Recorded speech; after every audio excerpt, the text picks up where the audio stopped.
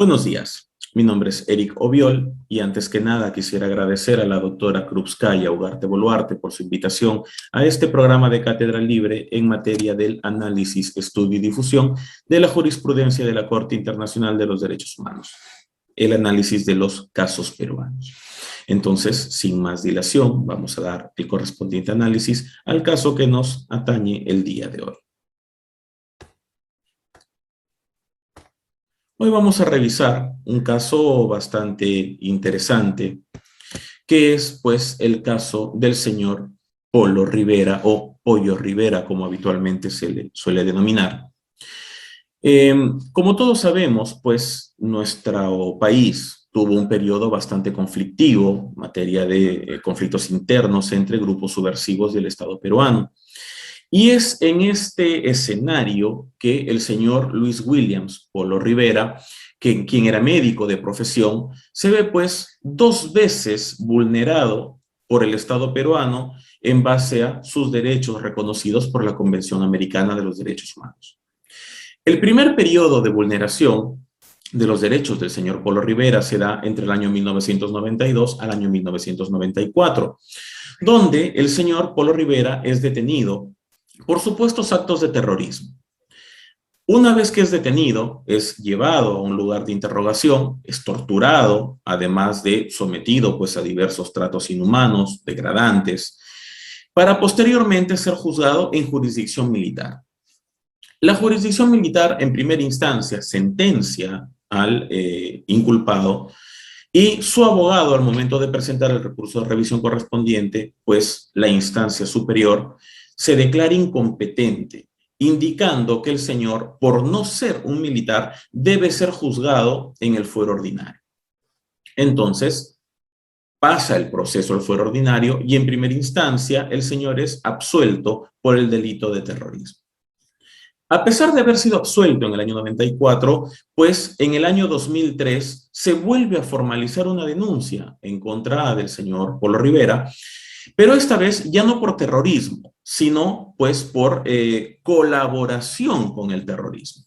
Se formaliza la denuncia en el año 2003 y pues se le imputan diversas actuaciones médicas en favor de integrantes de Sendero Luminoso. Entonces, analizando la competencia del Estado, podríamos decir que está claro que el Estado peruano tenía la obligación de cumplir con la norma supranacional, debido a que el artículo 6.3 de la Convención declara de manera expresa que la Corte tiene competencia ante cualquier Estado parte que la haya ratificado. Ante eso, nosotros podemos ver que la ratificación de la Convención se da el 28 de julio del 78 y la competencia contenciosa, pues, se ratifica el 21 de enero del 81. Además de eso, el Perú ratificó la Convención Interamericana contra la Tortura el 28 de marzo del 91. Por lo tanto, si vemos el panorama jurídico y la ratificación del 91 del Convenio Internacional contra la Tortura del 28 de marzo del 91, pues vemos que los actos de tortura se dieron cuando ya el Estado peruano había ratificado la Convención. Además de eso, pues estaba vigente la competencia contenciosa, por lo tanto, el Estado peruano debió tener un proceder totalmente diferente, vulnerando de manera expresa la Convención. Es así que, pues, vamos a pasar a ver cuáles fueron los hechos probados en la sentencia emitida por la Corte Interamericana de los Derechos Humanos. Pues al momento del análisis que hace la Corte sobre la resolución correspondiente al caso Polo Rivera, vamos a ver que se manifiesta de manera expresa sobre la ilegalidad de la primera detención. Está claro que el hombre era un médico que estaba realizando la función pues, que le correspondía dentro de su profesión, dentro de sus usos habituales. Además de eso, la existencia de suficientes indicios de tortura, es decir, se notaban los indicios bastante obvios, notorios, de que el señor había sido torturado, a pesar de que existían documentos médicos que decían que no. Por lo tanto, no solamente vemos un problema jurídico propio del Estado peruano, sino además de toda la concatenación del sistema jurídico. Médicos legistas que no dijeron nada, militares que no dijeron nada, policías que detuvieron a un hombre y lo torturaron y que luego nadie declaró ni vio nada. Por lo tanto, la vulneración del debido proceso en el primer juzgamiento es extremadamente notoria. Se sentenció a un hombre en un fuero militar siendo el civil. Además de eso, la ilegalidad de la segunda detención, se le volvió a detener, se le volvió a hacer un trato totalmente vejatorio, exponiéndolo de un modo totalmente inhumano. Se le presentó con un traje a rayas en la televisión abierta, indicando que él había sido el médico particular de Abimael Guzmán, destruyendo su carrera y obviamente pues el sustento no solo suyo y de su familia. Además de eso, pues vamos a ver que queda claro que hubo responsabilidad del Estado peruano en materia de la criminalización del acto médico, es decir, el juramento hipocrático de cualquier médico lo obliga a atender a cualquier enfermo que necesite atención. Y pues en el caso concreto, el señor Polo Rivera lo único que había hecho era atender a un herido.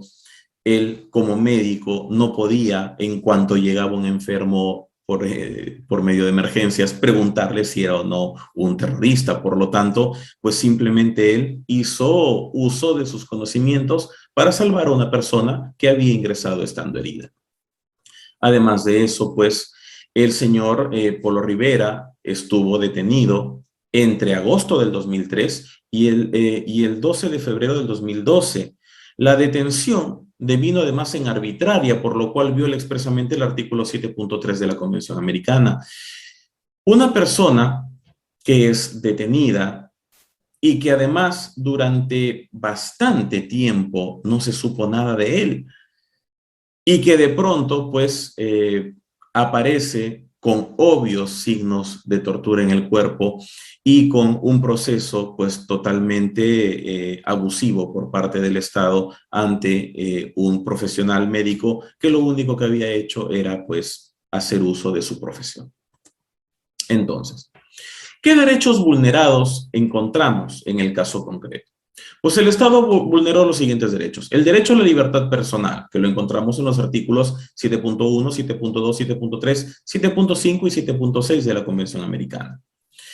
Aquí vamos a ver que el derecho de la libertad es un derecho fundamental reconocido tanto por la Constitución del 93, que ya se encontraba vigente al momento de los hechos, además de eso por las normas supranacionales. El Estado detuvo irregularmente a una persona, la llevó a un lugar clandestino para torturarlo y su familia no supo nada de él hasta después que se formaliza la entrega supuesta al Poder Judicial después de haber cometido los actos de tortura.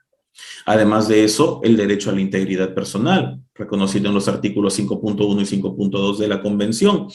Vemos que, obviamente, una persona que ha sido torturada, maltratada, tanto física como psicológicamente, tiene, pues, notorios daños a su integridad como persona. Por lo tanto, el Estado es plenamente responsable de los daños ocasionados, tanto física como emocionalmente, al señor Polo Rivera. Además de eso, el derecho a ser juzgado por un tribunal competente e imparcial. Como sabemos, pues al momento de ser detenido, el señor Polo Rivera fue juzgado en primer momento por un tribunal militar, por lo tanto, no era un tribunal competente, siendo que el mismo tribunal militar en segunda instancia se declara incompetente para conocer la materia, señalando que lo correspondiente era el fuero común en materia penal. Por lo tanto, vemos que a pesar de eso, se continuó buscando modos de inculpar al señor Polo Rivera después de bastantes años, después de haber sido sentenciado inocente. La sentencia del fuero ordinario indica que el señor no era un terrorista, por lo tanto, pues debió culminar el maltrato a este señor. Posteriormente a eso vemos que se vulnera también el principio de legalidad, el artículo 9 de la Convención. Vamos a ver que efectivamente el ordenamiento jurídico señala de manera clara cuál es el procedimiento correspondiente para el caso concreto, el cual no se ha llevado a cabo, por lo tanto, queda claro el daño a este principio. Por último, el derecho a la integridad personal, ya no solamente del señor Polo Rivera, sino además de todas las personas que dependían directa o indirectamente de él. Este derecho a la integridad personal se encuentra en el artículo 5.1 y el 1.1 de la Convención. Además de haber maltratado al señor Polo Rivera, destruido su carrera, eso trae consigo una consecuencia inmediata, ¿no es cierto?, que es, pues, el perjuicio de toda la familia, todos aquellos que dependen económicamente, pues, del trabajo del señor Polo Rivera.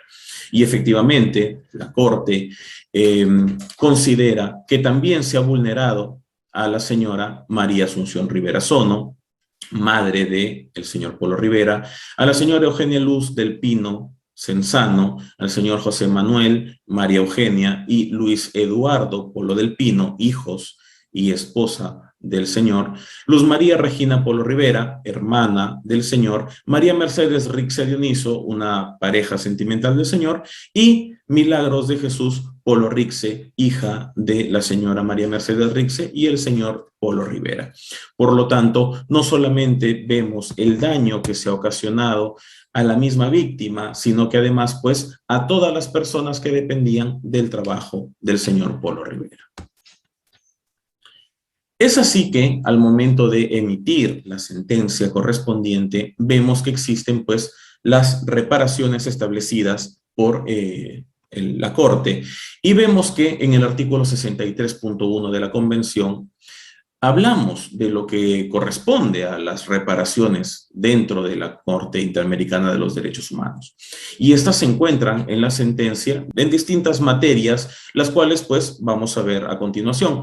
Primero, la Corte indica que se requieren unas disculpas públicas, ante lo cual el Estado peruano se opone y dice: no podemos hacer eso, debido a que si el señor ha sido procesado por terrorismo y nosotros emitimos unas disculpas públicas, eso puede alterar el orden público, debido a que todas las personas que fueron sentenciadas correctamente por el Estado por terrorismo van a pedir lo mismo, y eso puede generar un problema dentro del Estado.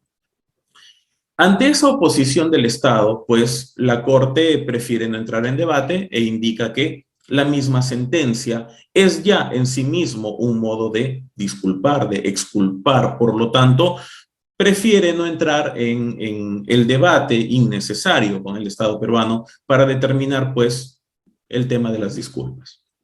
Entonces, es así que lo que sí solicita la Corte es continuar y concluir con la debida diligencia, además estableciendo un plazo razonable, la investigación que determine la responsabilidad de todas las personas que participaron en los hechos de tortura.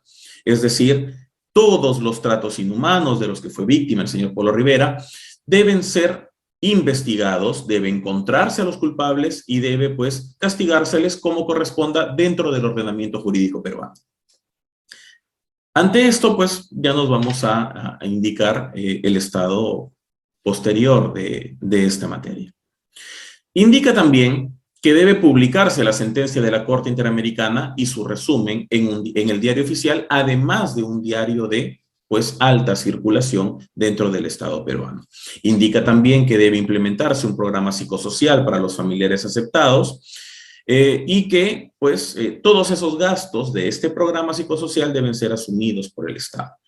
Ante esto, el Estado indica que, pues, el Perú cuenta con un programa llamado el SIS, y que el SIS tiene ya implementado sistemas psicológicos, por lo tanto, la familia va a tener todo pagado por el SIS para, pues, este programa psicosocial que los ayude a minimizar los daños emocionales que hayan podido surgir dentro de este proceso.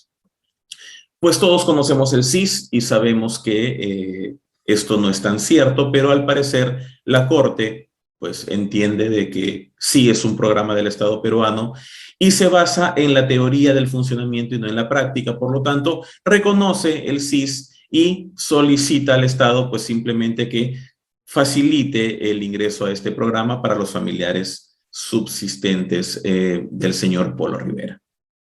Además de eso, pagar las cantidades fijadas en la sentencia por concepto de daños materiales e inmateriales y por reintegro de las costas y gastos. Todo esto asciende a un total de $395,000 americanos, que ahora vamos a explicar en un momento cómo es que se subdividen. Entonces, ante estas reparaciones, nosotros podemos ver pues una actitud bastante indolente del Estado, ¿no es cierto? Unas disculpas públicas por haber juzgado, detenido irregularmente 2 veces a un hombre, haber arruinado su carrera, haber dejado en indefensión económica a su familia y a pesar de eso, pues la negativa del Estado de disculparse públicamente. Y ojo, ya estamos en el año 2003, por lo tanto, es decir, cuando se realiza el segundo proceso, ya no estábamos en una dictadura. Por lo tanto, el Estado debió pensar que era justo, creo que para un hombre que había pasado prácticamente 20 años siendo juzgado, maltratado, perseguido por un hecho pues que no había cometido. Lamentablemente, pues el Estado jamás emitió una disculpa pública sobre el caso Polo Rivera, ni tampoco sobre pues ninguno de los otros casos que se han visto en la Corte Interamericana de los Derechos Humanos. Además de eso, no era excesivamente costoso para el Estado implementar el programa psicosocial y no pues aludir que el sistema SIS tiene una funcionalidad adecuada para este tipo de casos. Entonces, es así que pasamos a ver lo que indica pues los puntos resolutivos de la sentencia. Cuando nosotros vemos el caso en sí, nos vamos a dar cuenta pues que si nosotros pensamos en la detención misma, ¿de acuerdo? Del señor Polo Rivera, que se dio el 4 de noviembre del 92, y vemos que es recién el 26 de noviembre del 93, ¿de acuerdo? 93, cuando se inicia el proceso en su contra. 1 año y 1 mes después. Eso, pues, nos hace preguntarnos algo muy sencillo. ¿Y qué pasó durante ese año? Es 1 año entero de una persona, pues, siendo detenida de manera irregular. En aquel entonces se intentó presentar los habeas corpus correspondientes, sin embargo, pues, el estado de emergencia nacional bloqueaba la presentación de los habeas corpus y debido a eso, pues, la Corte, aplicando el principio de legalidad, no pudo pronunciarse al respecto. Sin embargo, si nosotros vemos y nos fijamos en el auto de apertura de la instrucción preventiva del 24 de septiembre del 93, no contaba con una justificación adecuadamente motivada. Vamos a ver que el principio de la debida motivación de las resoluciones no se cumple al momento de este primer proceso, esta primera formalización. Y vamos a ver, pues, que obviamente no se cumple el principio de presunción de inocencia, sobre todo, pues, por el hecho de haber tenido detenido durante 1 año entero a este señor sin haberlo puesto a disposición de la justicia. Por lo tanto, creo que quedan bastante claros y son bastante suficientes y notorios, pues los indicios de que este señor fue objeto de actos de tortura. Además, pues sabemos que en la DINCOTE se habían dado ya casos previos de tortura demostrados y comprobados, por lo tanto, tampoco habría que hacer un análisis demasiado exhaustivo para saber o para entender que esto se dio. Y lamentablemente, pues es una realidad comprobada y demostrada dentro de este periodo histórico de nuestro país. Entonces, es así, pues, que cuando nosotros vemos el carácter privado del proceso judicial se encuentra también alterado, se encuentra violado por el Estado peruano, debido a que no se puede exponer a una persona en televisión abierta con un traje a rayas, sobre todo porque en el Perú no existe un uniforme penitenciario, por lo tanto, que el Estado invierta recursos públicos en ponerles un traje a rayas con un número en el pecho, como si fuera una película, y exponerlos en televisión abierta, sobre todo alegando que era el médico personal de Abimael Guzmán, lo cual era totalmente falso, ya que en la misma denuncia y en la misma formalización se ve que él había asistido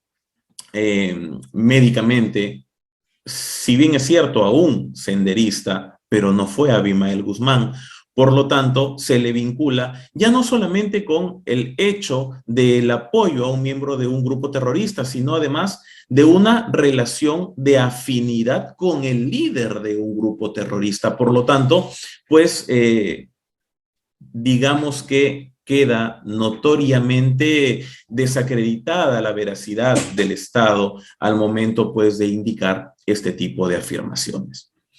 Entonces, en el segundo proceso, podemos ver, pues, que fue un poco más ordenado, si se quiere, ¿de acuerdo? Se dio en el fuero correspondiente, por lo tanto, digamos que la vulneración fue tal vez menor, ¿de acuerdo?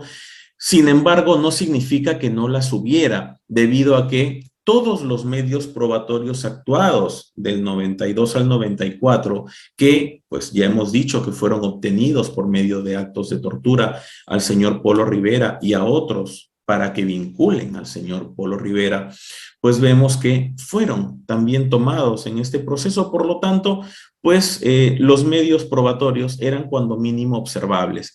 Y como les digo, este segundo proceso se formaliza en el año 2003. Por lo tanto, ya no podemos alegar o ya no podemos intentar responsabilizar pues a la dictadura de los 90, debido a que este proceso se dio cuando esa dictadura ya había culminado.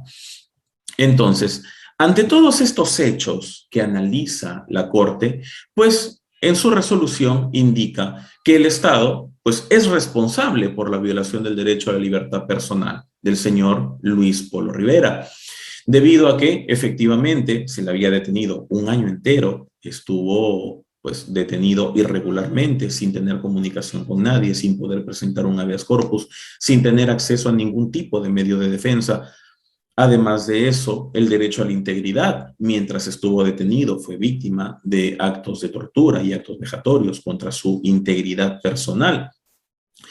Y no solo la de él, ¿no es cierto? Como lo hemos conversado en la diapositiva anterior, se encuentra también, pues, el derecho vulnerado de todos los miembros de su familia.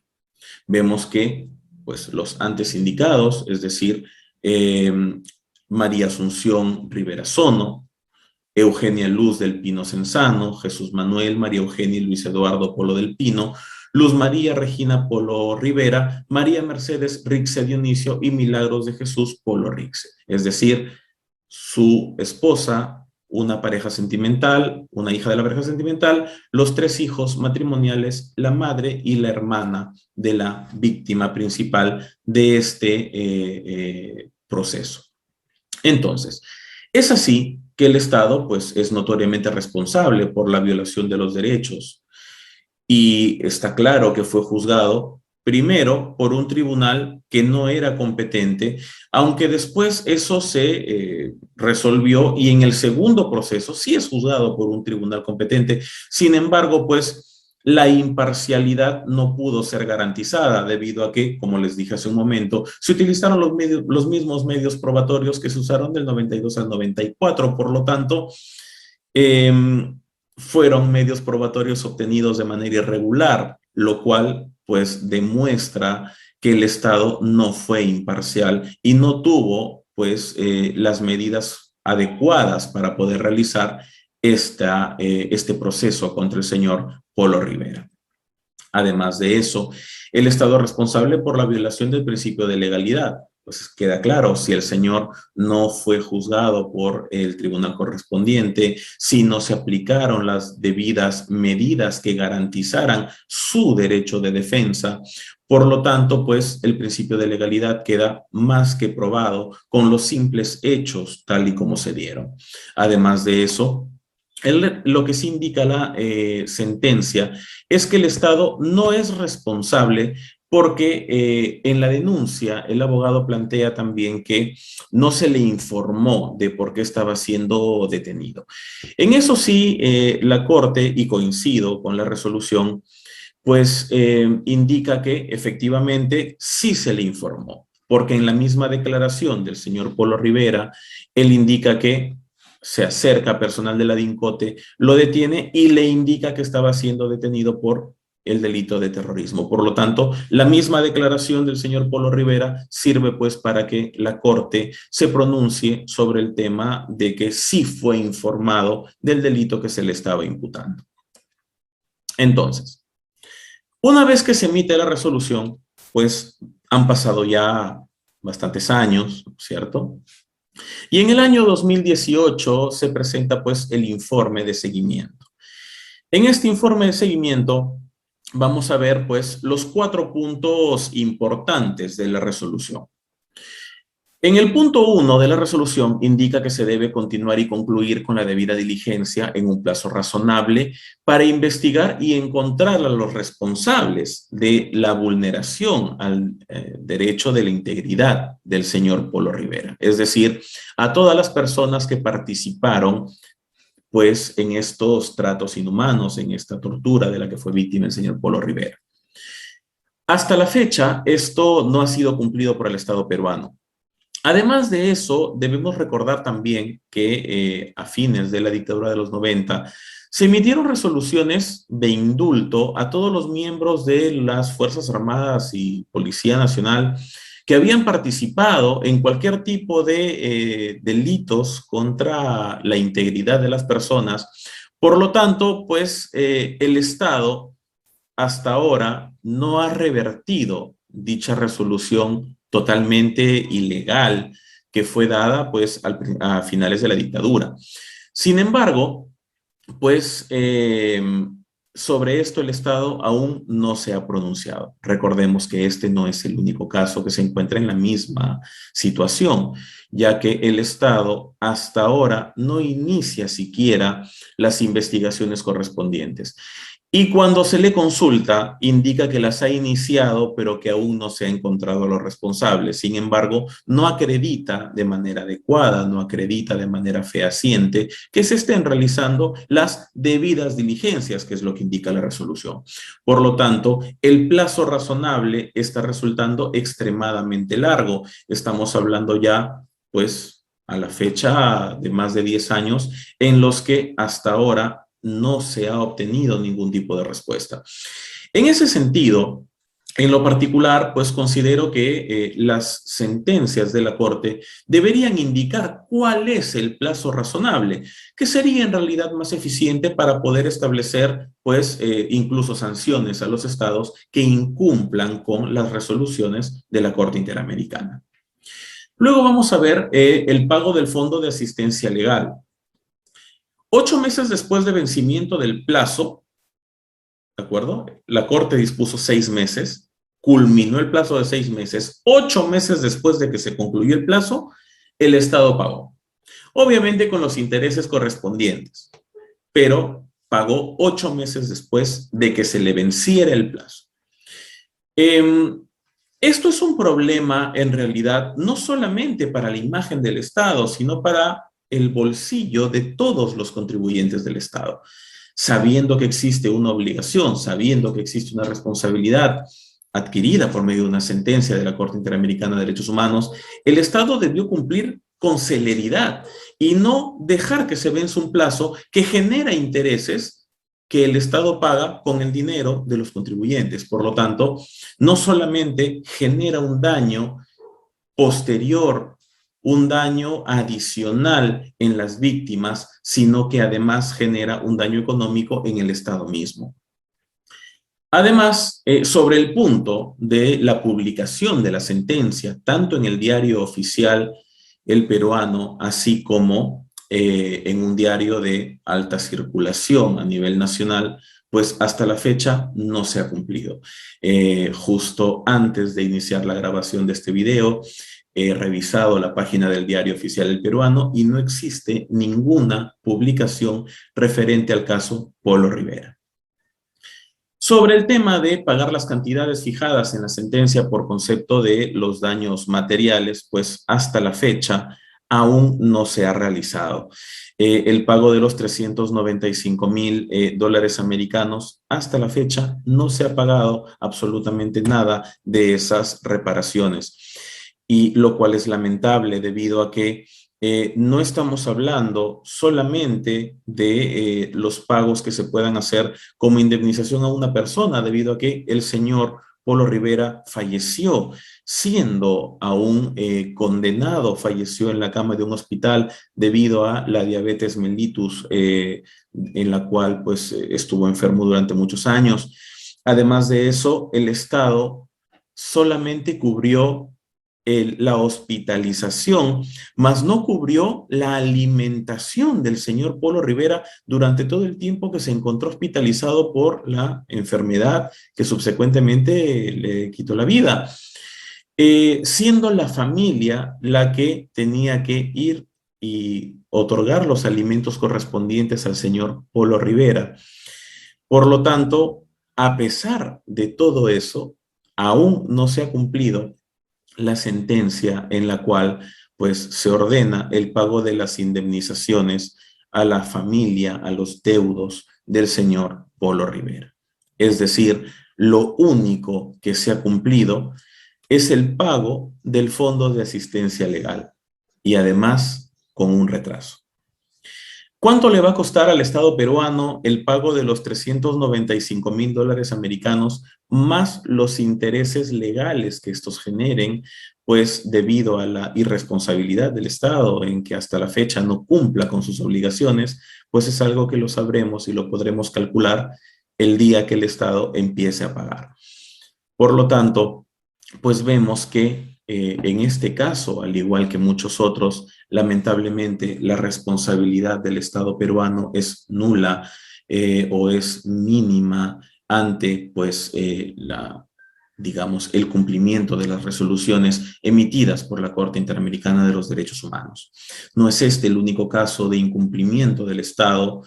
Siguen pasando los años. El informe de la Corte es de septiembre del 2018. Me imagino que a principios del año 2022 debe emitirse el siguiente informe de seguimiento donde pues veremos que continúa de momento igual, ya que hasta la fecha pues no se ha cumplido con los puntos 1, 3 y 4 tal como se puede ver en la diapositiva que estamos presentando.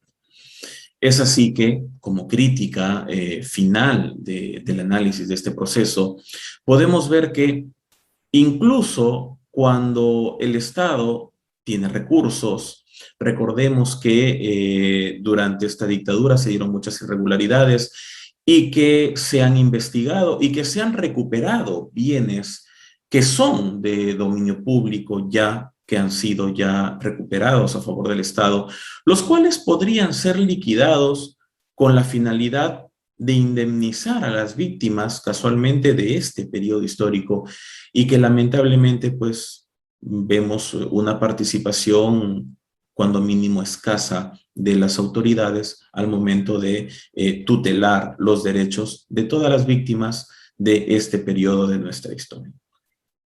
Es así que culminamos pues con este análisis. Espero que haya sido de su agrado y pues una vez más agradecer a la doctora Cruzcaya Ugarte por la invitación y conmigo será hasta una próxima oportunidad. Muchas gracias.